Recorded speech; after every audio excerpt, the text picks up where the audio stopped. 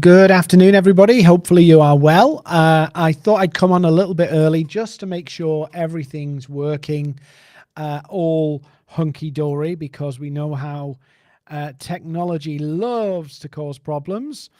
So hopefully you can see me here and I'm on all the feeds. And yes, I can see myself on LinkedIn. How weird is that? So we're going to be doing a mini masterclass, webinar, whatever you want to call it, on selling your expertise on LinkedIn. So wherever you're watching, if you've got an hour of your time, you want to learn some stuff, gain some insights, understand what makes it work, what doesn't make it work, that's what we're going to be going through today. And I'm on, like I said, I'm on a little bit early deliberately because I want to make sure the tech works. So I'll tell you a little bit about what we're going to do, what we're going to talk about. Obviously, I started my business on LinkedIn before I was a LinkedIn person. I ran a marketing agency, still do, and I was basically talking to people about how they use LinkedIn to win business. And I did that and built my business. So I'm just going to make sure that it's all up and running and ready to go. And we're here. So I'll just check the stream with the guys whilst we're waiting for everybody to join, and then we will kick in. So do let me know where you are all joining from, and then we'll kick into the workshop. I've got some slides to walk through, all interesting stuff that's going to help you sell yourself without the ickiness, without the awkwardness on LinkedIn. So do let me know where you're joining from in the chat, and then we'll fire up and get this thing going shortly. So I can see a few people joining now, so that's brilliant. So let me just tech guys, everything working? Brill. So let's fire up. Let's go into this. I'm going to share my screen and show you a couple of things, walk through it in a bit more detail. And you feel free to add some chat. I will take questions at the end, but I'm just going to share my screen, make sure I appear. There I am hiding in the corner. I might put myself here.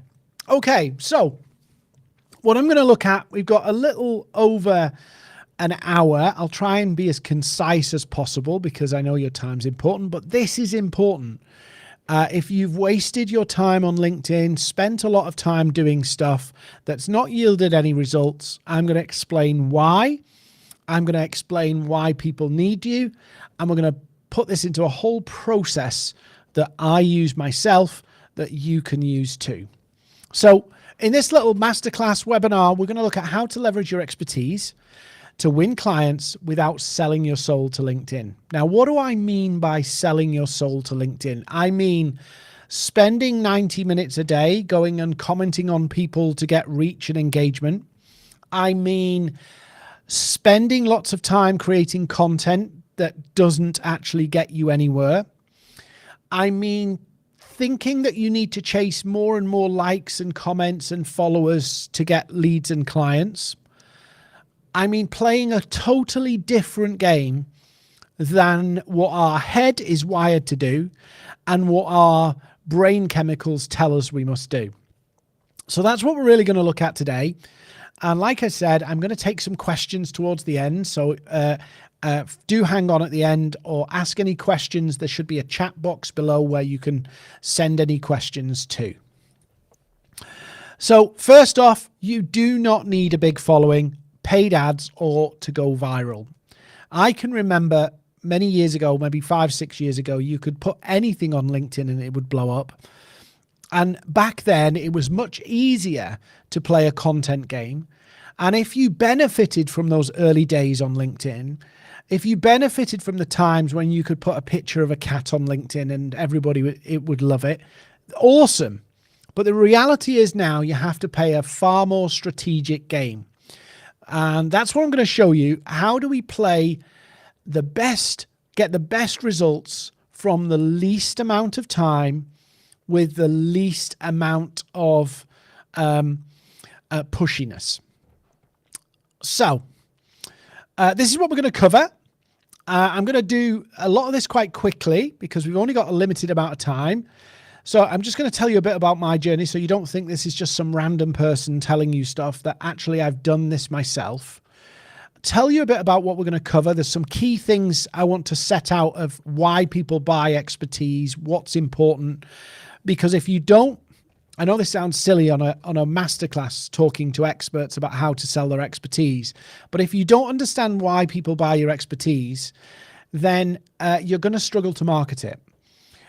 So that's really fundamental. How people choose an expert, why you need to sell high ticket, and I might move some of these around. Then I'm going to talk to you about the one strategy to sell your expertise, and then the connections to clients, system or process. So I'm going to walk you through this, and I will take some questions towards the end, but you can put them into the chat at the bottom below this or at the side of this, whichever way you're watching, and I will try and take those questions at the end. Okay, so I'm Dean. I am one of the top social selling experts on planet Earth right now, not on Mars. And I built my business as a solopreneur. So I was a solopreneur using social media to sell what I did as a marketing consultant and built my business up. I'm the son of a coal miner. I didn't go to university. Didn't go to university. I didn't have a small loan of $1 million. I've built my business organically. So I haven't used, we use ads now, but I didn't use ads for the first 6 years of my business. I didn't use ads until I'd hit $1 million in revenue. So it's all organic, building my business. I built a full-time team of 40 people. Again, no silver spoon, no private equity, none of that stuff that makes it all a little bit easier. And I've trained more than 200,000 people in social selling, salespeople, CEOs and senior executives, and using their thought leaderships, and small business owners, solopreneurs who want to do it. And we've helped people generate more than £150 million in revenue. So that's kind of who we are. Maverick's my company that we do everything under. And yeah, this is what we do. We live, breathe, and eat this stuff every single day. Okay, so hopefully that tells you I'm not just some random person who decided I'm going to go on LinkedIn and tell everybody I'm world changing. So this is the process I'm going to show you. I'm going to break it down a little bit more as we go, but I've been doing this for a long time, and I'm going to show you some of the key things that go wrong, some of the key things, the mistakes people make that actually stops them. And if you imagine your ability to get clients like a machine, you have inputs, actions that go in, and however those actions are put together, create the outputs. And very often it's a few tiny things in that machine that are just not functioning correctly that cause the problems. So I want to address the main things that I see in the machine of putting in effort to output clients, what goes wrong, what doesn't work so well. Just a quick reminder, today, if you're a salesperson watching, by all means, enjoy this, eat the meat and leave the bones, but this really isn't for salespeople. This really isn't for people who just want another hack. This is a process to build something. So if you're just looking for the next trend or the next gimmick or the next thing, or you're trying to fill a hole in your budget, you've got a black hole, this is not it. This is about building a business. I'll give you an example. One of the biggest merry-go-rounds in solopreneurships is you get busy working for clients, you forget to market, then the projects that you were working on are finished, and then you have a black hole, and then you pedal like crazy, do all the crazy things to get some more clients, and then you repeat the same cycle. This is not that. This is not a magic wand. It's not a silver bullet. It's a process to build a business. It's about building trust, authority, and turning that into a system that makes you money. A couple of other things that's important here. I'm not against cold outreach, but in this scenario that I'm talking about today, cold outreach isn't necessarily appropriate for people selling their expertise. And the reason I say that is it can undermine their credibility. So if you're a salesperson, if you're not selling yourself, knock yourself out. There's ways and means to do it. I'm not going to talk about them today, but if you're selling yourself, it's a bit different marketing yourself. If you're the expert, you're a marketing consultant, a social media consultant, a business coach, a financial advisor, where you're selling, I can help you, I know how to help you. It's a very different sell than if you are selling a product for a company. So I'm not talking about that element today. I'm really focused on the people who are selling their expertise as freelancers, coaches, consultants, whatever you are. So that's where we're really focused today. So this is, I said that first because of this statement. Clients run to trusted experts and avoid salespeople. And this is really fundamental when you're selling yourself, is that if you smell, look, or feel like a salesperson, you're doing it wrong. You are doing it wrong. We want people to come to us. We want people to engage with us because they see us as having the answer to their problem. With salespeople, it's a different mindset. It's a completely different mindset. So I want to start from the beginning and go, if you're listening to me or watching me, don't be a salesperson in this scenario.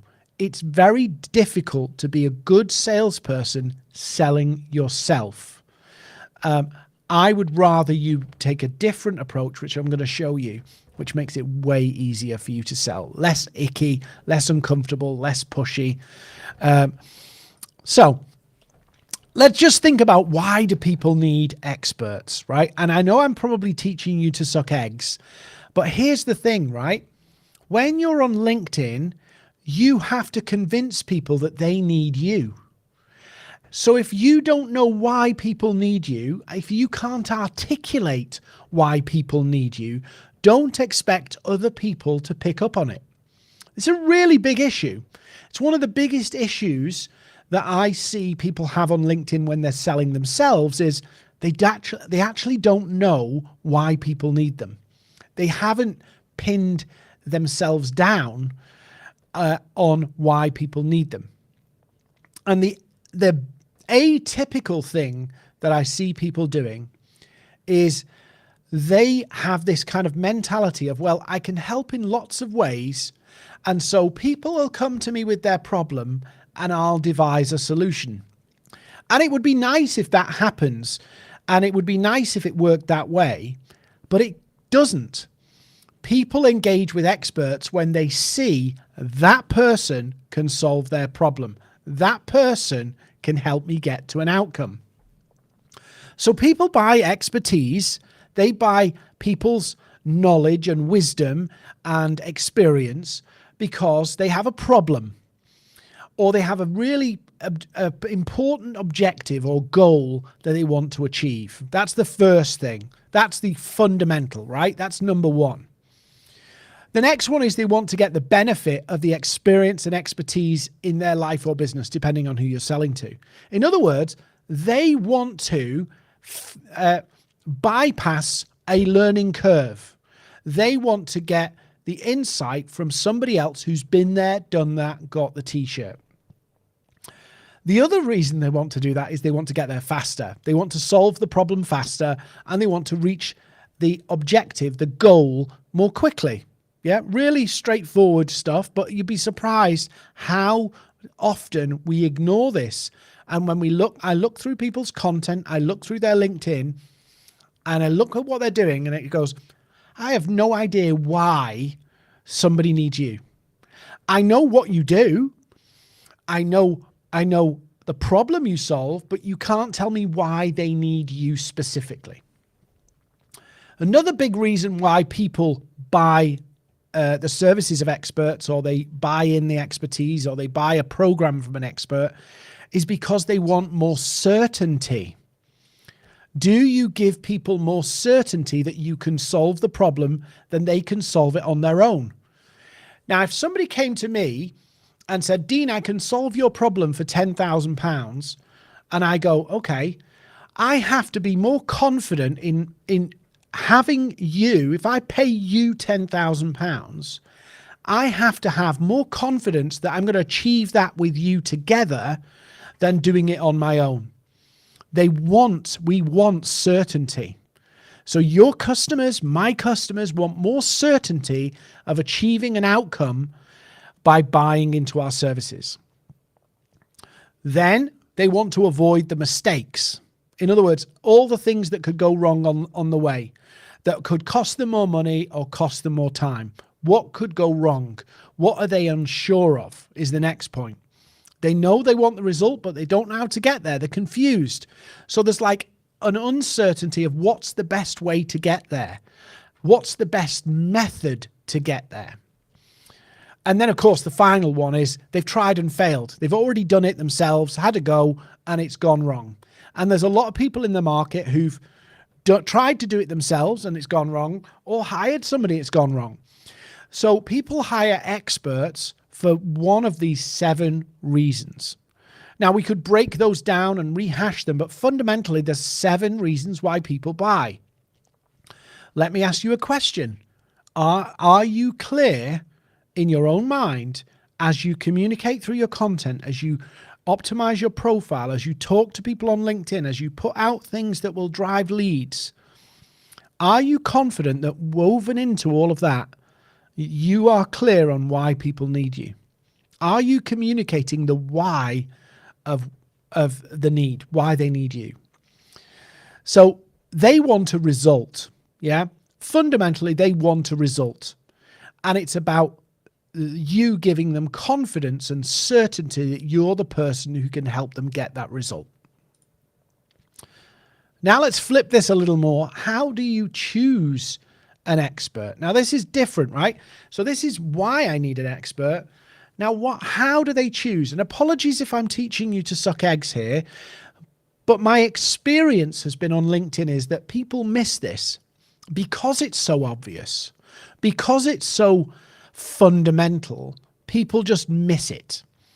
And often it's the little things that stop us getting the result. It's not big, huge boulders.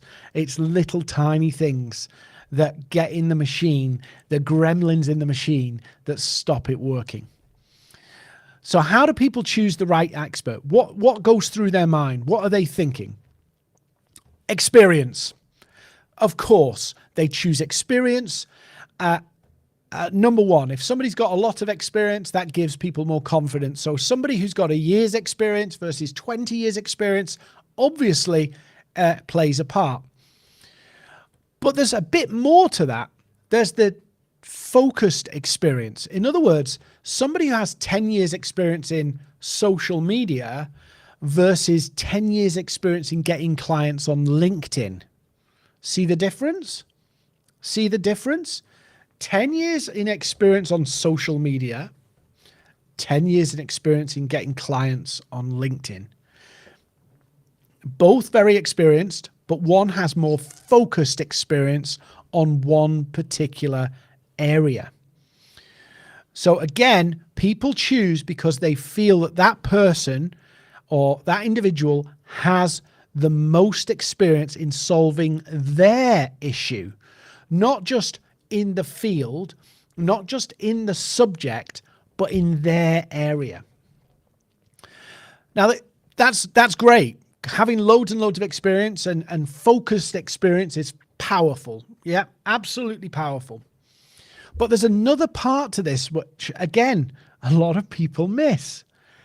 They hire people they can relate to, they can connect with, they can have an honest conversation with, that understands their needs and their challenges, that relates to them on a one-to-one level. In other words, I can imagine in my mind, I could work with Dean or I could work with Sue or whoever. Yeah. There's a connection element to this too. You know, you could have the foremost expert, but if you find it difficult to work with them, if you don't connect with them, that actually can undermine all of that experience. So it's, obviously an experience issue, but it's a relatability issue as well. Do you feel like that expert, that consultant, that freelancer actually really understands you and what you're looking for. Of course, the certainty thing comes in again. Who gives me the most confidence as a vibe? I know the vibe's a bit woolly, but who do I feel gives me the most confidence? Yeah. As really funny is the more expertise you gain in a particular topic, the more you realize you know that there's a lot you don't know. And the more inexperienced you are, often the more you realize, the more you don't know what you don't know. And I think one of the challenges is as you gather a lot of experience, you become more cautious about guarantees and specific outcomes and all that stuff. And that's wisdom. That's wisdom. But you also don't want to give people doubt. And this is something people struggle with, is how do I convey confidence that I can help somebody without over-promising, but also giving confidence and certainty? And this is a challenge that we all face, and it's something we have to do in order for our prospects to actually see, actually, I believe in this person, I believe they can get me to the result, but you haven't given them unrealistic expectations. And sadly, this is a problem in our day and age, that you can buy a course online and say you're an expert in something, and then people post that they are an expert in things, and it does damage industries and markets, and the coaching world's been hammered by this because people have said they're a life coach, and it's just because somebody sold them a $47 course to say they could make $200,000 a year in life coaching. We know it's more complicated than that. The reality is more nuanced. But conveying certainty and giving confidence both from yourself and from your experience is important. How else do we give that certainty? A path and a plan. A path and a plan, a methodology of how you get there is powerful in helping people choose the right expert. Do I have confidence that this plan can actually help? They choose an expert that knows the pitfalls. If you talk about the problems and what things people may have faced before, people choose you because you've been there, you've done that, but you've seen these problems before. And of course, the final one, which is so powerful, is they hire the expert who can get them a result quickly. I know life is not about quick fixes. I agree with it. I agree that there is no silver bullet in life, but human nature does still want us to get the easy answer. And fast and speed of outcome sells like nothing else. And so, yes, it's more complicated, but actually having confidence about the result and when that result can happen helps people. Now, there's one more thing I want to just dig into, and hopefully you're all getting this and consuming this, and it's helping you get some clarity, is why you need to sell high ticket, right? And I'm going to say this with as much conviction as I can because it's really important. Why you should sell high ticket. Now, I could break this down. We could do a whole webinar or a whole masterclass just talking about why high ticket. But experts' income should be linked to outcomes. You don't sell your time, you sell value. And this is fundamental because psychologically pricing has such an effect on our minds. So as a seller, as somebody selling their expertise, so Dean's selling his expertise, Dean's logic is if I sell cheaper, I will sell more. It's totally flawed. It's totally wrong. It's hardwired into us. Stack it high, sell it cheap. It's hardwired into our human nature. But when we buy something, so when we're on the sales side, stack it high, sell it cheap. We want to sell more of something, so we think price, it makes it come down. But on the buyer's side, something cheap is not very good. Psychologically, in our human nature, we instinctively know expensive is better. So this whole challenge of making something more exclusive actually makes people want to buy it. When something's priced according to the value it delivers, not the time taken, but the value it delivers, people value it more. This is really important. I'll give you an example of this. I put on a workshop and I charged £500 per person. It's not a lot of money. It's it's low ticket really, but it was £500 per person for a group workshop in person. And it was 4 hours. So it's expensive for what it was, but it's still not a lot of money. I did the same thing charging £100, and the difference in attendees could not be more stark. The people who came for £100 and the people who came from £500, completely different groups. Just surprising how just the price changes things. I do the same content. A government organization pays me to deliver some training content for free, and they pay me to do it. And when I sell that same content myself, guess what? The difference in the audience could not be more different. So price does change who buys.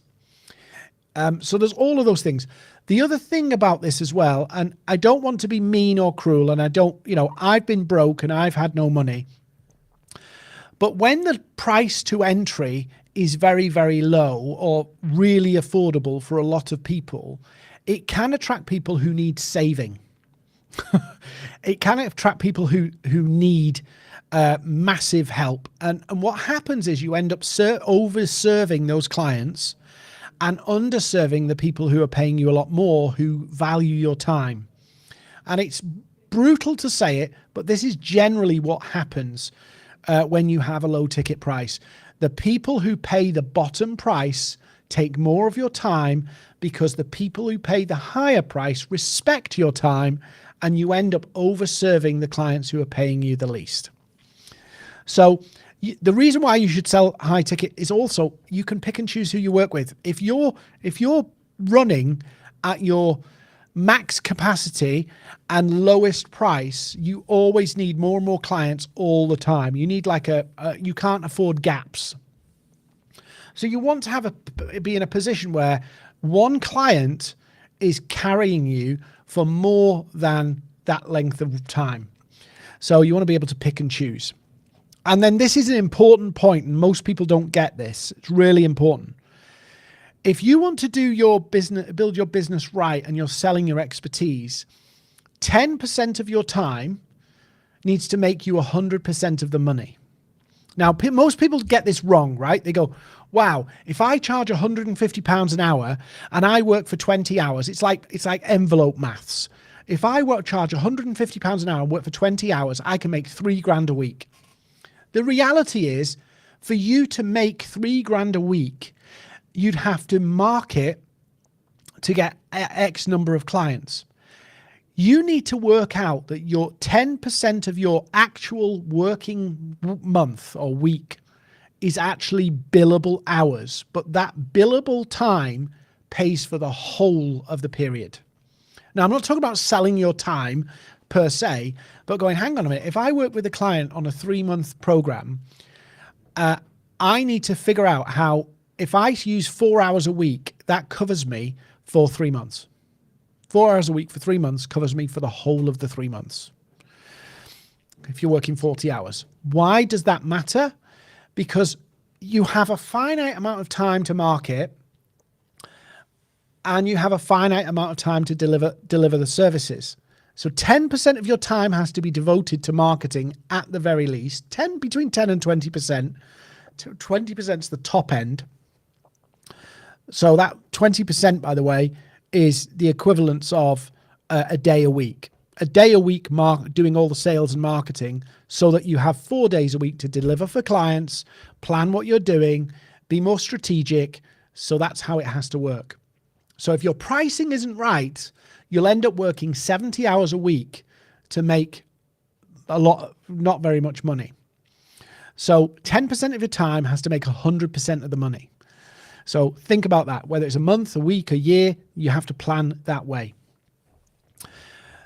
Another reason to do high ticket, less marketing, more money.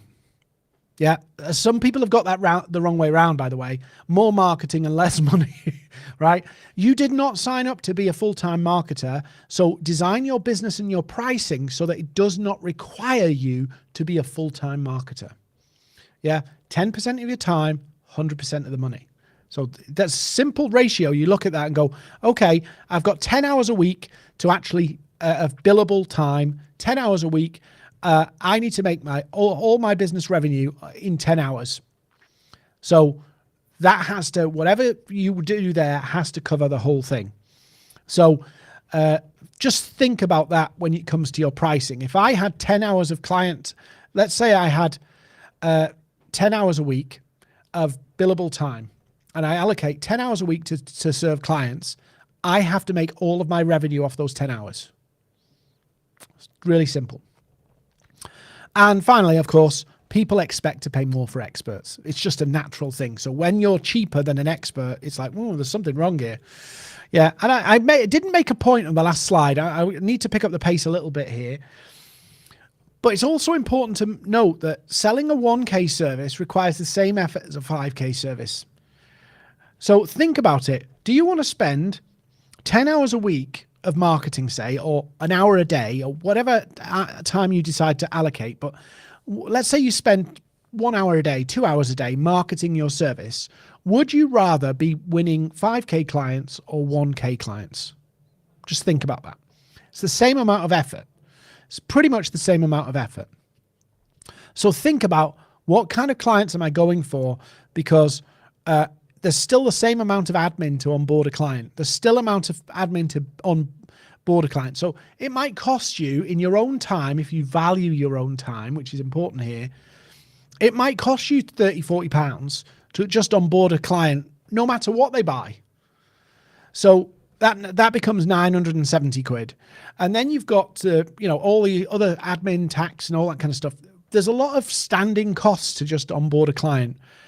And it probably costs you, I don't know, an hour's work, 2 hours work to onboard a client. So before you know it probably costs you £200-300 to onboard any client buying anything. So wouldn't it make sense to onboard a 5K client? There's a standing cost to onboarding a client. So really something that people should think about, and you should think about. And the norm, of course, is real weird one here. The norm is that experts should earn more than the average person.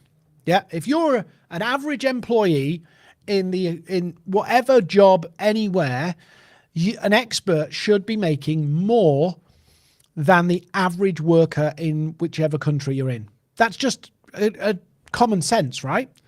Turns out that a lot of them don't. It turns out that a lot of them don't. A lot of people in the UK, I think the average salary is about 35k a year. Turns out a lot of experts are barely making that. Now, they might be self-employed or whatever, so they can do things with tax and stuff like that, so it's more advantageous. But they could not, most experts, solopreneur experts, would probably tell you they cannot make 35k a year. Why? High ticket. The pricing does not stack up. But because they get by, it doesn't feel like a problem. It doesn't feel like a problem. They can't do all the things that somebody earning 35k a year in a normal job would do, or 40k a year in a normal job, or 50k in a normal, but they get by, so it doesn't feel like a problem. So we're getting into the juicy bit now. Clients need experts because they want an outcome. Notice how I said that. Clients don't want experts because they need an outcome, right? Notice what I said there. Clients need experts because they want an outcome.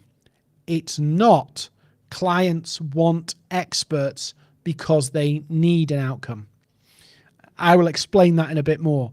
But the difference between need and want, they want the outcome, so they need an expert. It's not the other way around. So how do we do this? So what I'm going to do is I'm going to show you a process that I use in my accelerator program. And if you want a copy of these slides or any information, I've put my email address on screen so you can interrogate these a little more. So feel free to drop me an email if you have questions, if you have thoughts, or you want to know how it would apply to you. But I'm going to break down as simple as I can in about 25 minutes how I help my clients sell using their expertise. And we coach people to do this in our program. So you can find out more about it on our website, or you can drop me a line and I'll tell you more about it. So we call this the one strategy. Now, here's the really important thing. When you go to LinkedIn, when you go to any form of social media channel, you have access to hundreds of millions, billions of people. There's billions of people just a stone's throw away from you. And that sounds really exciting. You know, wow, there's a billion people on LinkedIn. There's a billion possible customers on LinkedIn. Of course, the reality is not a billion people can be your customer because they might not all fit. But there's a lot of noise on social media as well. There's a lot of people shouting and saying stuff and all that stuff. And the problem is, the more broad you appeal on LinkedIn, the more you appeal to a bigger audience, the more time you will have to spend on LinkedIn. The more you try and sell to lots of different people, the more variety of problems, even within your subject matter, the more variety of problems you try to tackle, the more expensive it will be for you to use to win clients. So it'll take you longer, it'll take you more time, and it will sap you more money. So in other words, what I'm trying to say is, if you want to get if you want to be positioned as an expert, you've got to solve a problem that's high value, but solve a specific problem, because if you try to solve too broad a problem, you'll struggle to get through the noise. Your content will be ignored. People won't see the relevance in you. They'll browse past you. You'll get frustrated because you'll see people who you know you could help and they don't see it.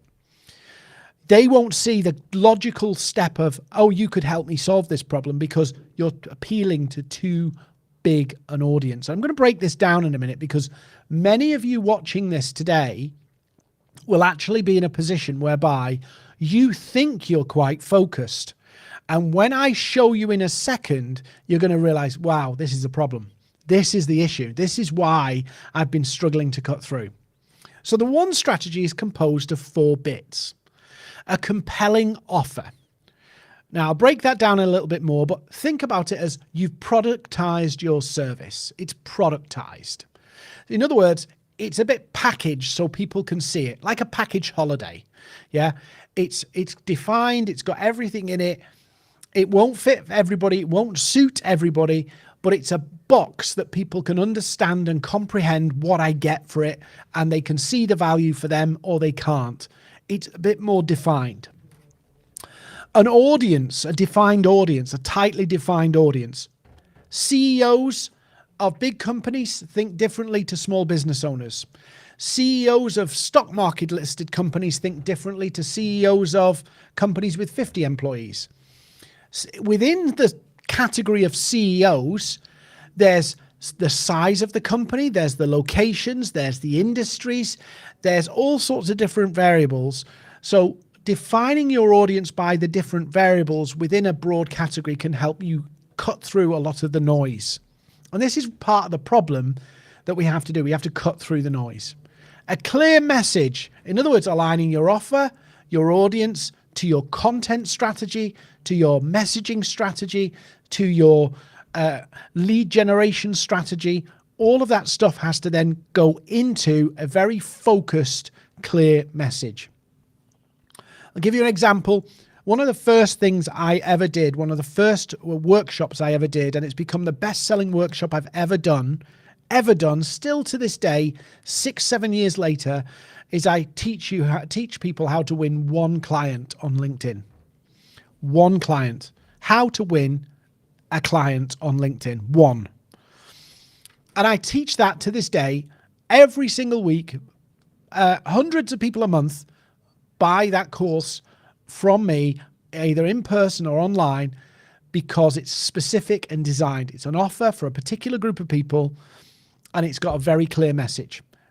Still to this day. It's crazy, right? I've been selling the same thing for 6 years. And when you think about that, just for a moment, and I don't want to get too distracted here. When you think about that, that's the hallmarks of a successful business. Being able to sell the same thing over and over and over and over and over again. Now, as a seller, as me selling my expertise, that might feel like, oh, maybe I need to change this now. Maybe I need to. No. Successful businesses is when people sell the same thing over and over and over again. And that is your system for success. How you turn all of this stuff into effort goes in, clients go out. Effort goes in, clients come out. That's the success of successful system. So just like the same clients come to you, you deliver your expertise and they get the result, that factory, you need the system to actually go, I can take my effort in an allocated time, short amount of time, put it into the business, and the business generates me clients and revenue. Simple system. And that's what I'm going to show you now. So the first part of this is a compelling offer. And I've tried to give you an example. Now, everybody's offer is a bit different because the offer has to be really tightly defined. If you want to cut through the noise, you have to create a compelling offer, which is just simply a packaged service. Yeah, for a particular person, a group of people. It's a packaged service. Yes, you could make 5 offers. You could make 10 offers. You could make 100 offers. You could have no offer at all. But the more offers you have, the more offers you have, or the lack of offers you have, the harder it is for people to understand how you can add value. They can't see where the benefit is. It's too wishy-washy. So the reason why you create a package, a bit like buying a broadband package or a subscription package or what have you, even though it's a service, even though it's not an actual physical product, it allows people to grab hold of it, interrogate it, and understand where's the value for me. And the more broad and unfocused that is, the more problems you have. And I've put an example here on the screen, a generic offer. I help people reduce their stress and switch off at the weekend. Well, that's a good offer, but it could appeal to a lot of people. So when you're putting out your message and your content and your outreach, guess what? And growing your network, it's really hard to cut through all of that noise because it doesn't speak directly to a person. It's just like out there. Whereas the compelling offer, tech CEOs kill their stress and switch off at the weekend so they can spend quality time with their family. Which offer will sell more? Which offer will sell more? And which offer will sell for a higher price? Which offer feels more valuable? The one to the tech CEOs. Why? Because, well, we'll come to that bit in a minute. But one gives them a defined benefit. The other one is a switch off at the weekend. For what? Who cares? Why? I like working. So generic offers appeal to a lot of people. And I'll just give you a quick thing, a couple of quick things to consider. Generic services cost more time to promote and market. In other words, generic means you have to work harder. It's just dead simple. Generic means it's cheaper. Yeah. If you have an exclusive club for CEOs, people expect to pay more than if it's a club, a random club. Yeah. Compelling offer should solve one specific problem. And it's easier to sell one specific solution to 100 people than it is to sell any solution to lots of people. So I'm hopefully banging the drum here, and this is making sense. You need a unique methodology. How do you help people do that? What's your method to get people there? Because remember from the first part, the confidence that brings. The unique methodology, you need a unique methodology. How you do it. So that people can compare and go, that works for me. I like that approach. I talk to people when I'm talking to solopreneurs in my accelerator. I say, how do you sell without the sales pitch? How do you do it without ads? How do you do it without feeling icky and uncomfortable and awkward? That's my unique methodology, which I'm going to give you an overview in a second. That's how you become an expert, by the way, an expert in one thing. Now, yes, you could define me as an expert in LinkedIn, but I want to be defined as an expert in getting clients with social selling on LinkedIn. That's what I want to be known for. I want to be the go-to person. I think I am the go-to person for that. That's what I want to do. Don't want to be just the LinkedIn person. I want to be more than just the LinkedIn person. I want to be the LinkedIn person for getting clients, not just a LinkedIn person. So I want to be focused on one problem. So I'm the expert people go to for that problem. If you've got a red blinking light on a dashboard on an airplane, yes, you can get an engineer in, but when the engineers struggle to find the problem, they call in the expert on how that particular component or that particular element of the mechanics works. You want to be that person. You don't want to be the general engineer of the plane. You want to be the guy who comes in. Think about this in a medical point of view. Do you want to be the GP? Yeah, if you're sick, I can make you better. Or do you want to be the consultant? The person who goes, yeah, I'm a specialist at doing operations on this particular area. Who gets paid more? Think about it. So it comes down to your offer. Are you going to be a doctor or are you going to be a consultant? Defined audience. So this leads into your price as well. And we will get to the mechanics in a second. I'm going to pick up the pace because we're short on time. Find your most valuable clients. People are motivated by pain. People who are motivated by pain need to be saved. They make tricky clients if you're trying to save people. Big tip I got from coaching a couple of years ago.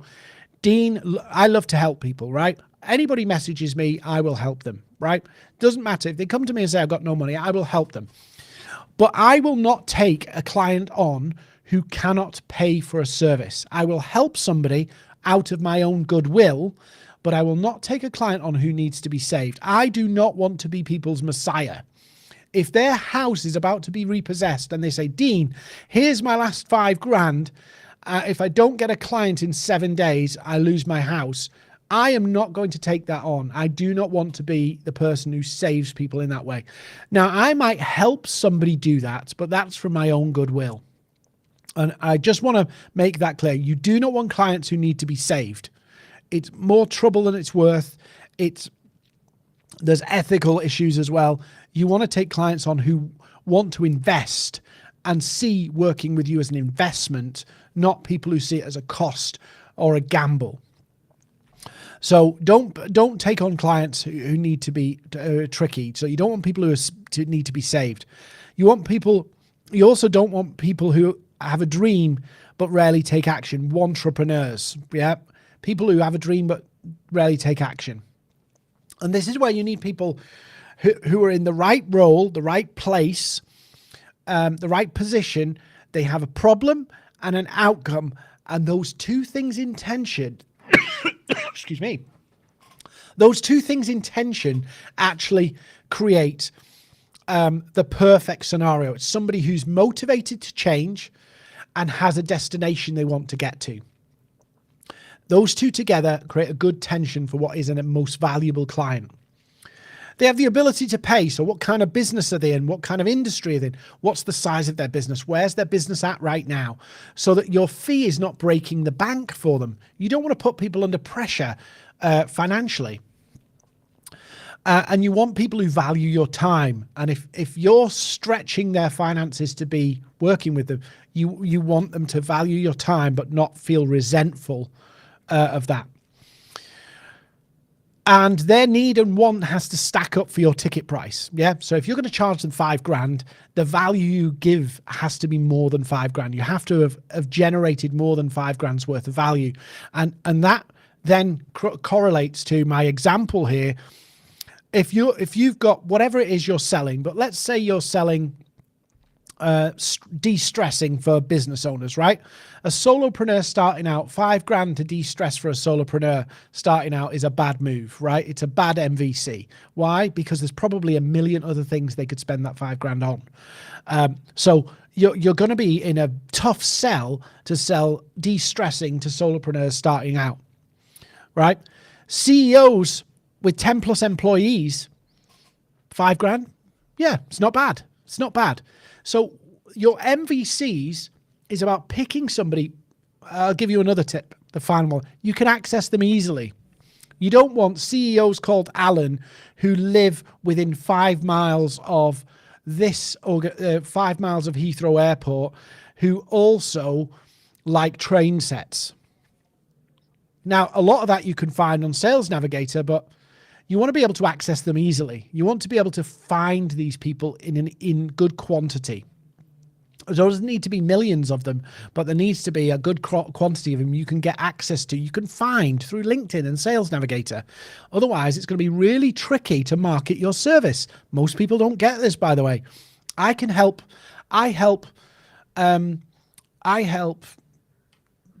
doctors who need stress relief. Okay, how are you going to get to them? What's the channels you're going to use to get to them?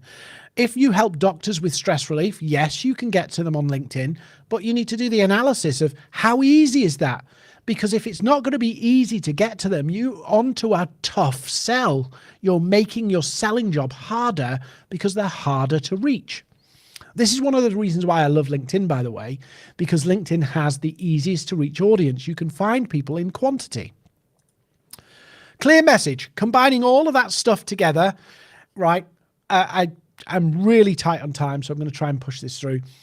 A clear message, there's 4 general buyer motivations. When you're talking about your topics, when you're talking to prospects, when you're putting on lead magnets, webinars, or whatever you're doing, you need clarity, right? So I put an example here at the bottom, how CEOs can reduce their stress. Okay, who cares? 7 practical ways CEOs can reduce their stress now. Clear message. This is what you're going to gain. The clarity of what you're going to gain from being around me, consuming my content, showing up for my events, showing up for my lead magnets, showing up. The value is clear. Now, yes, we can do the first one, but it won't cut through as much as something that's a bit more defined. Leveraging specificity to make your message more digestible is paramount. Actionable advice, things people can consume. Your backstory is part of your message because people get to know you. Remember that relatability piece? Yeah.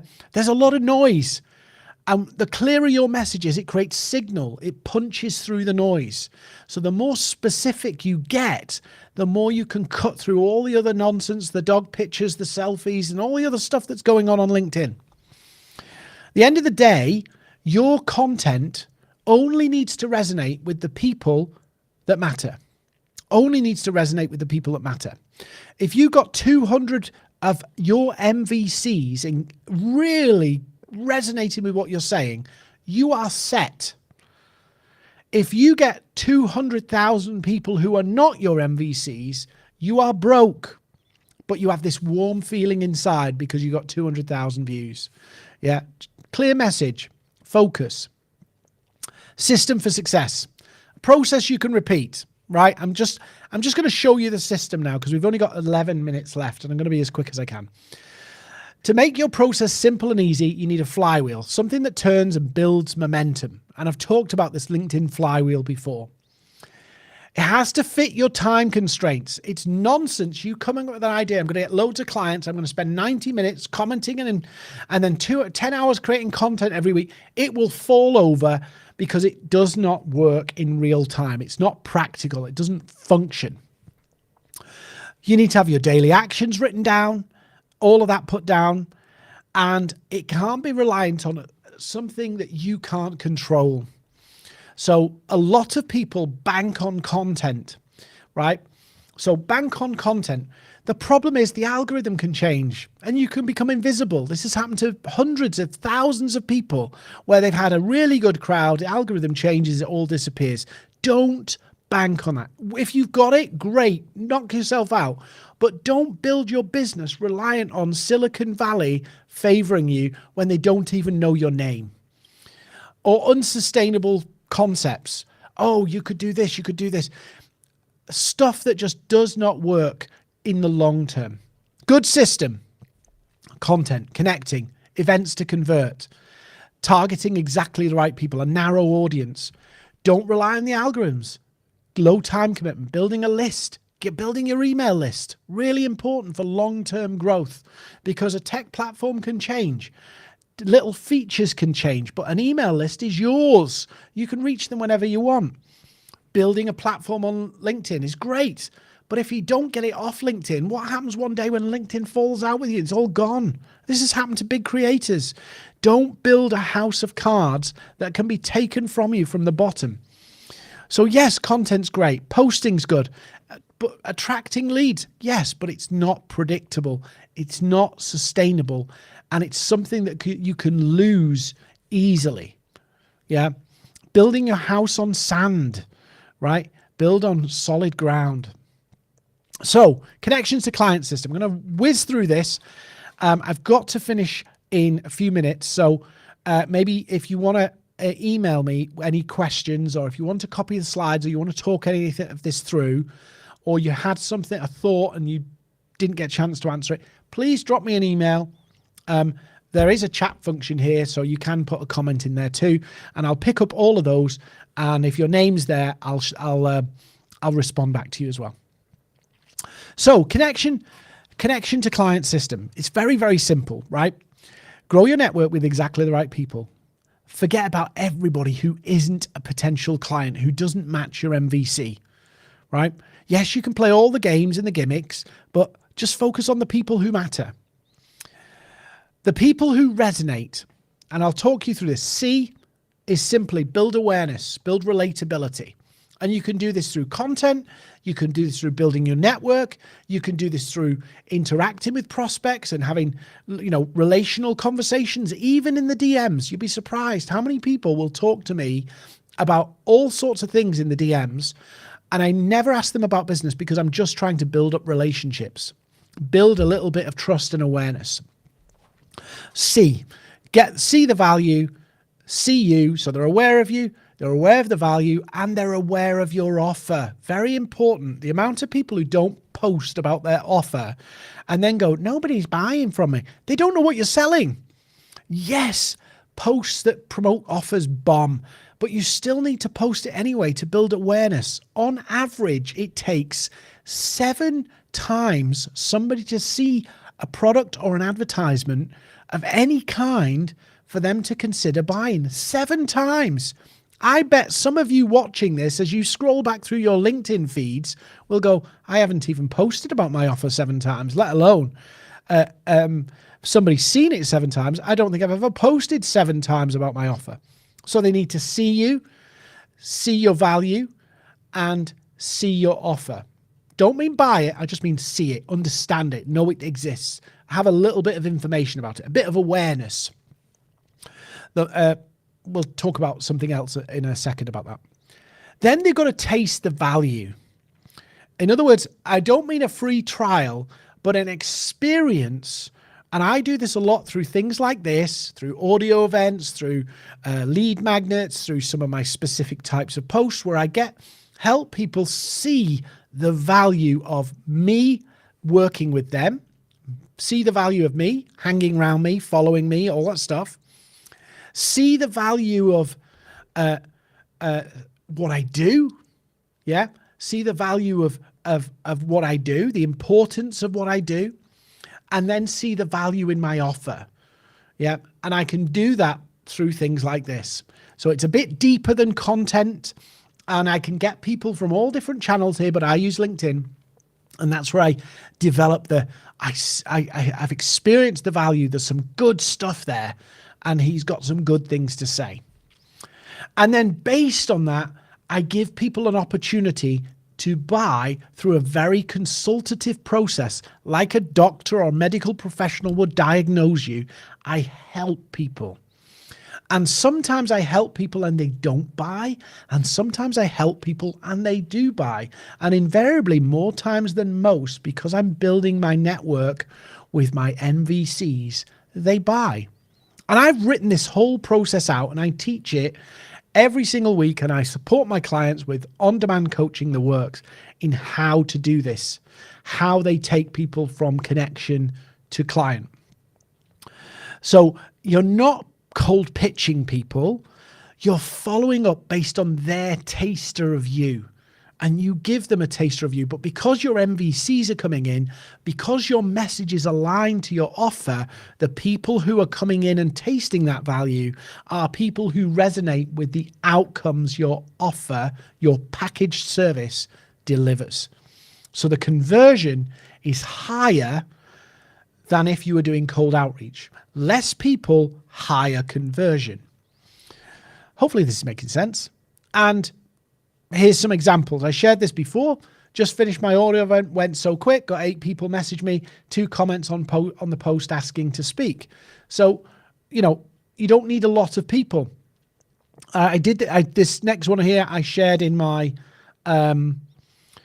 my email list the other day or last week. I've never seen anything like it. I had 50 people on an event. Half of them wanted more. Why? Because it's now optimized for the right people who are coming with the right motivations, rather than, I'm just going to do a virtual coffee live LinkedIn. No, I'm talking to people. Less people, better conversion. Just got 2 clients from the audio events. I love them. Sorry, I'm reading that wrong. I've signed 2 clients and have 2 more calls to go. Not bad making 6K from one event.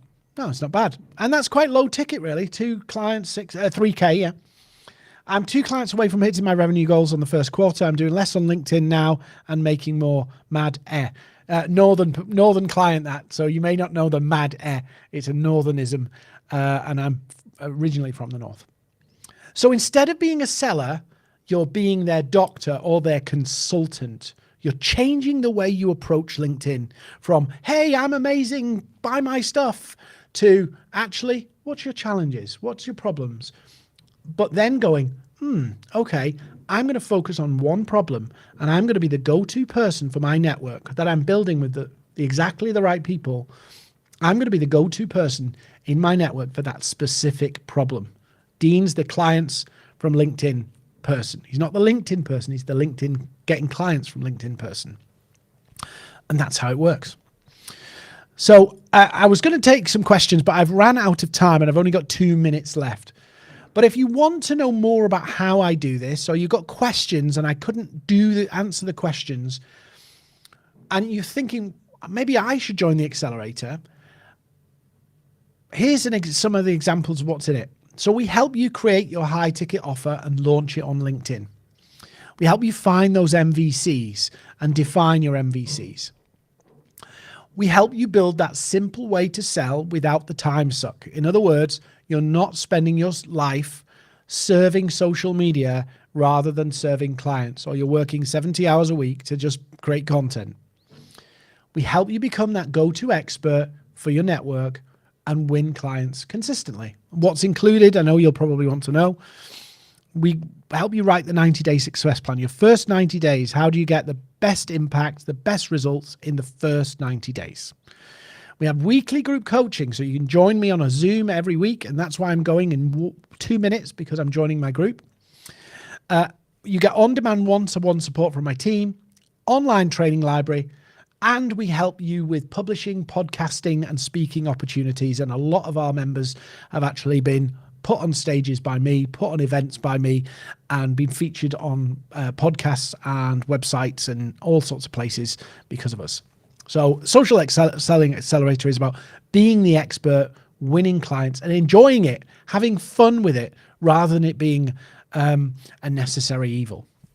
Now, I've got to run, but if you want to know more, time's been against us in this session. If you want to know more, drop me an email. My email's on the screen or somewhere around the video here, because It's on a few different channels and a few different formats. You can leave a comment and we'll come back to you and talk to you with more details. But you want to sell your expertise on LinkedIn. It's a far smoother, more efficient way to do business and to win clients.